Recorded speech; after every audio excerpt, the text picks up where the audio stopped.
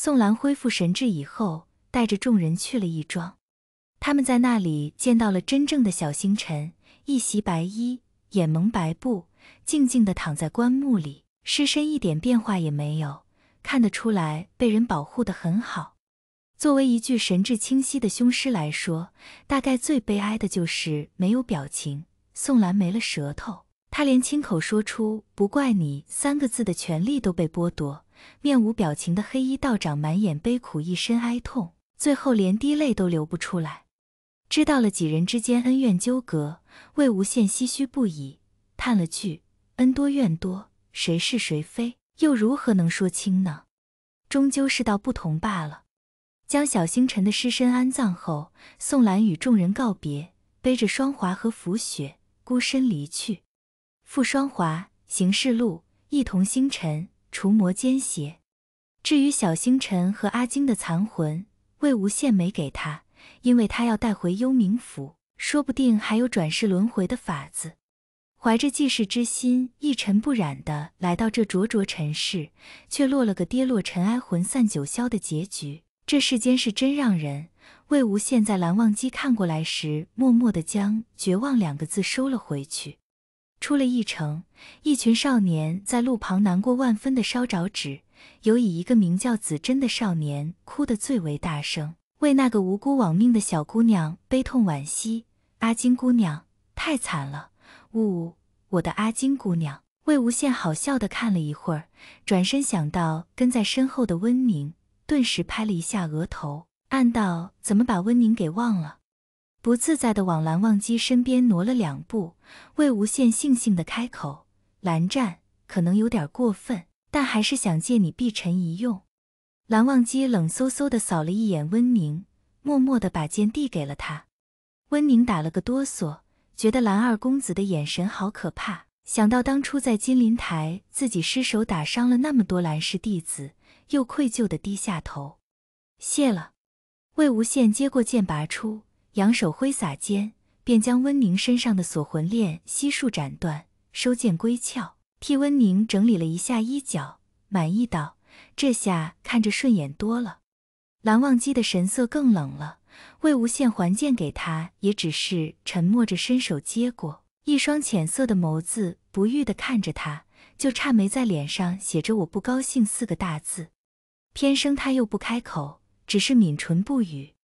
魏无羡虽然看懂了他的别扭，只不过他以为是因为温宁曾经杀了蓝氏门生的缘故，所以沉思过后，还是让温宁离开了。毕竟他自己现在都没弄清楚自己的情况，也没法让温宁跟着他。在蓝忘机的死亡凝视下，温宁第一次快速果决地离开了依依不舍的公子。蓝二公子不喜欢他，他还是不要让自家公子为难好了。温宁一走，蓝忘机也收回了低气压，甚至嘴角微微上扬，露出浅笑，看得魏无羡一呆，要命！蓝湛这不经意的一笑也太勾人了，这要是被那些仙子看到，估计蓝湛非得被一群狂风浪蝶扑倒不可。暗自脑补了一番蓝忘机笑得神魂颠倒，被一群大姑娘围着争相扑倒的画面，魏无羡抖了一下，心里隐隐的不舒服，伸手将他上扬的嘴角按了下来，语气不善：“姑苏蓝氏家规，不许无端神笑。”第一次觉得蓝氏家规还是挺有用的。好，听你的，不笑。蓝忘机虽然不知他脑补了什么，但见他神色不善，又提到了蓝氏家规，倒也配合的敛了笑意，只是眸子里的细碎星光怎么也藏不住，周身气息温柔，就连不明所以的一群少年都看得出来，韩光君似乎心情很不错。魏无羡觉得自己作为一个鬼，竟然也会有脸红的一天，实在是太丢人了，干脆撇下蓝忘机走了，他需要吹吹风冷静一下。吩咐了司追带人启程，蓝忘机疾步跟上，保持着1步开外的距离，静静地陪着他。身后的少年们多数困惑，韩光君和夷陵老祖的关系根本不像传闻中的水火不容，相反还很要好才对。夷陵老祖魏无羡也没传闻中那么恐怖邪恶，重新站在人声鼎沸的客栈，耳边充斥着喧嚣热闹的烟火气息，众少年纷纷感叹，这才是人待的地方啊！终于感觉自己活过来了。我要吃香喷喷的好吃的饭菜，再也不要喝糯米粥了。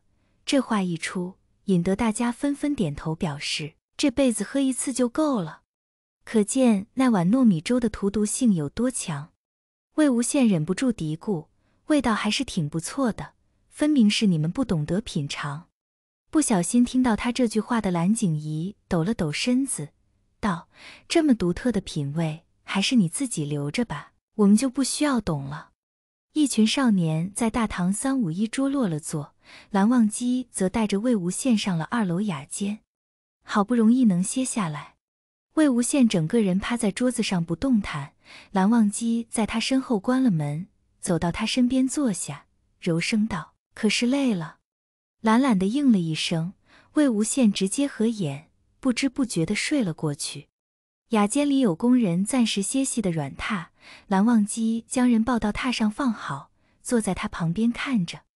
见他似乎睡得不安稳，双手不停地想抓着什么，蓝忘机抬手塞到他手里，魏无羡这才静了下来，牢牢地抱着他的手，沉沉睡去。蓝忘机凝视着他面色红润的睡颜，陷入了沉思。抱着他手的那2只手虽然还是冷冷的，但更像是正常人的冷意，而不是之前的阴冷冰凉。体重也逐渐趋向于正常，还有红润白皙的面色，也不复初见时的苍白无力。蓝忘机有种强烈的直觉，随着魏无羡待在他身边的时间越久，那种直觉越发清晰。只不过他强行压下了那个念头，他害怕，怕空欢喜，更怕再失去。失而复得有多欢喜，那得而复失就有多破灭。他赌不起，蓝湛。魏无羡无意识的呢喃，反复地叫着这2个字。蓝忘机低下头，在他眉间落下一吻，靠在他耳边，一遍又一遍地回应着：魏婴，我在。阳光透过窗柩，洒在了轻微在一起的身影上，温暖而缱绻。魏无羡也不过小睡了1个时辰，醒来时蓝忘机正坐在他旁边闭目养神，见自己还牢牢地抱着他的手，赶忙放开。蓝忘机同时睁了眼，顺手将他扶了起来，目光柔软地看着他，道：醒了？可还有不适？魏无羡摇头，起身活动了一下，笑道：哪有那么娇弱，蓝湛，都这么久了，你还没用膳吧？蓝忘机点头，道：现在也不迟。那你先吃饭吧，人是铁，饭是钢，可不能把你饿坏了。魏无羡催促道。见此，蓝忘机只好出门，下楼端了饭菜回到房间。魏无羡眼尖地看见他居然点了1壶酒，缓步到桌边坐在他对面。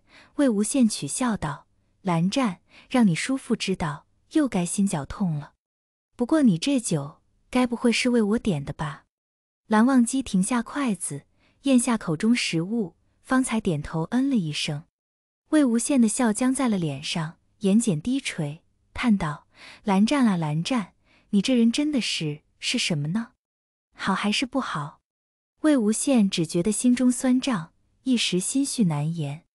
见他情绪低落，蓝忘机紧张兮兮地站了起来，忧心忡忡地看着他，道：魏婴，无妨，只要你在就好，无论是何模样，是何身份，都不重要。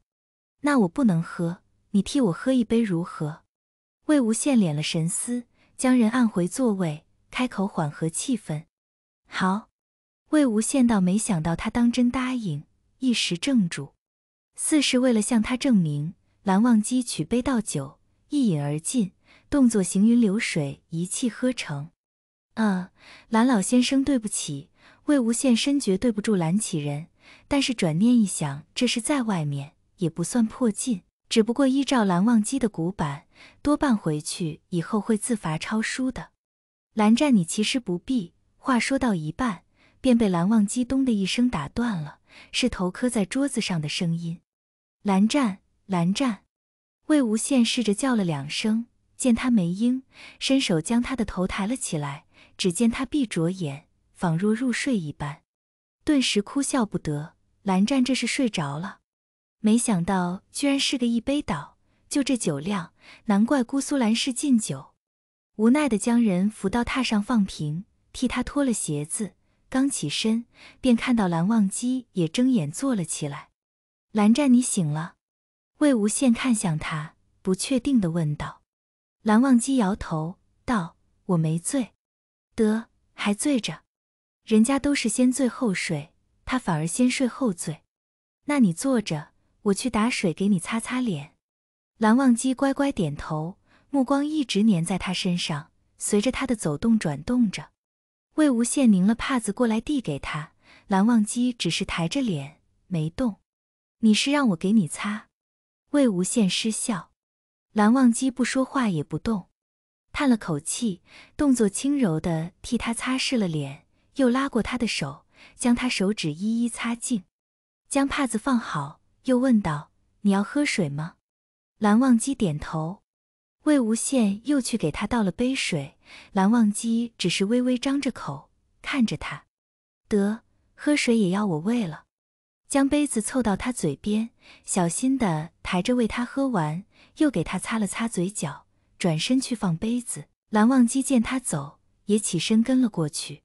魏无羡惊道：你鞋都没穿，怎么就下来了？蓝忘机委屈地看着他：你要走？